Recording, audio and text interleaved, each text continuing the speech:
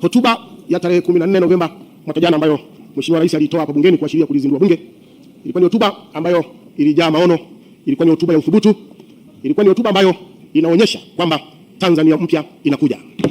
Na badala ya kupiga makofi kwa kauli ya Mama Samia kwamba Tanzania mpya inakuja, mimi ni waombe wabunge, hebu wote tuseme Tanzania mpya inakuja. Niboreshe eneo moja ambalo na lenyewe tusipoliangalia ndilo litakalo haribu mipango mizuri ya serikali na kuendeleza ufisadi pamoja na ubadhirifu ndani ya nchi yetu. Ni kundi la machawa. Mheshimiwa Mwenyekiti, machawa ni kundi hatari. Machawa ndimo wanamojificha mafisadi, machawa ndimo wanamojificha wabadhirifu.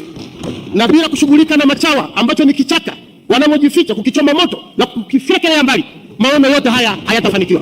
Mheshimiwa Mwenyekiti, sambamba na haya lazima yafuatayo pia serikali iangalie. La kwanza ni kuhakikisha kwamba mihimili ya dola, mahakama, bunge pamoja na serikali inakuwa ni mihimili iliyo huru.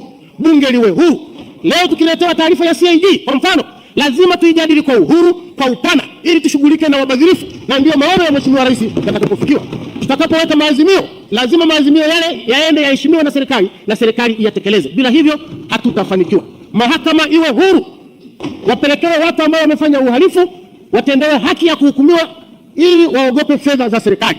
Lakini pia vyombo vya kiuchunguzi, vyombo vya dola na vyenyewe lazima viwe huru. Lazima mwendesha mashtaka awe huru ili maono haya yafikiwe. Lazima polisi wawe huru ili wachunguze watu ambao ni mafisadi papa, yapelekwe mahakamani kuliko kupeleka vidagaa, ndivyo vimjusi vidogo vidogo ndio vinaenda mahakamani.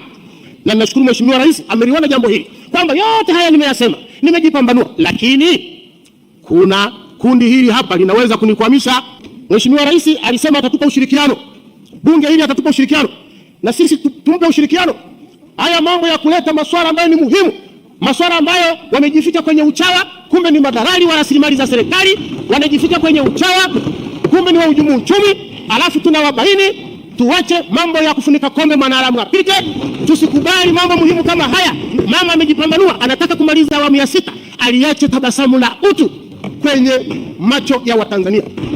Haya mambo ya kuitana kwenye chama party caucus, kuna jambo zito. Lifisadi limetikisa nchi. Lakini kuna watu wengine ambao pengine wako connected na hilo lifisadi na hilo lihujumu uchumi. Mnatuletea mambo kwenye party caucus. Hiyo haitakuwepo hiyo. Na hiyo imetoka imeenda hiyo. Mheshimiwa Mwenyekiti, tunataka kumsaidia Mheshimiwa Rais. Hivi kweli Mheshimiwa Mwenyekiti, kama kundi hili halitadhibitiwa kwa nguvu zote, na mimi niwaambie kwetu Msoma tunasema vita ni vita mla. Lazima tupambane. Itakuwaje wananchi Mwibara pale? Tunahitaji maji.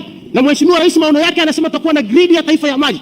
Alafu fedha zinaliwa na haya mamjamaa. Hakuna hiyo Mheshimiwa Mwenyekiti. Lazima nchi hii watu wapate Tanzania mpya inayokuja.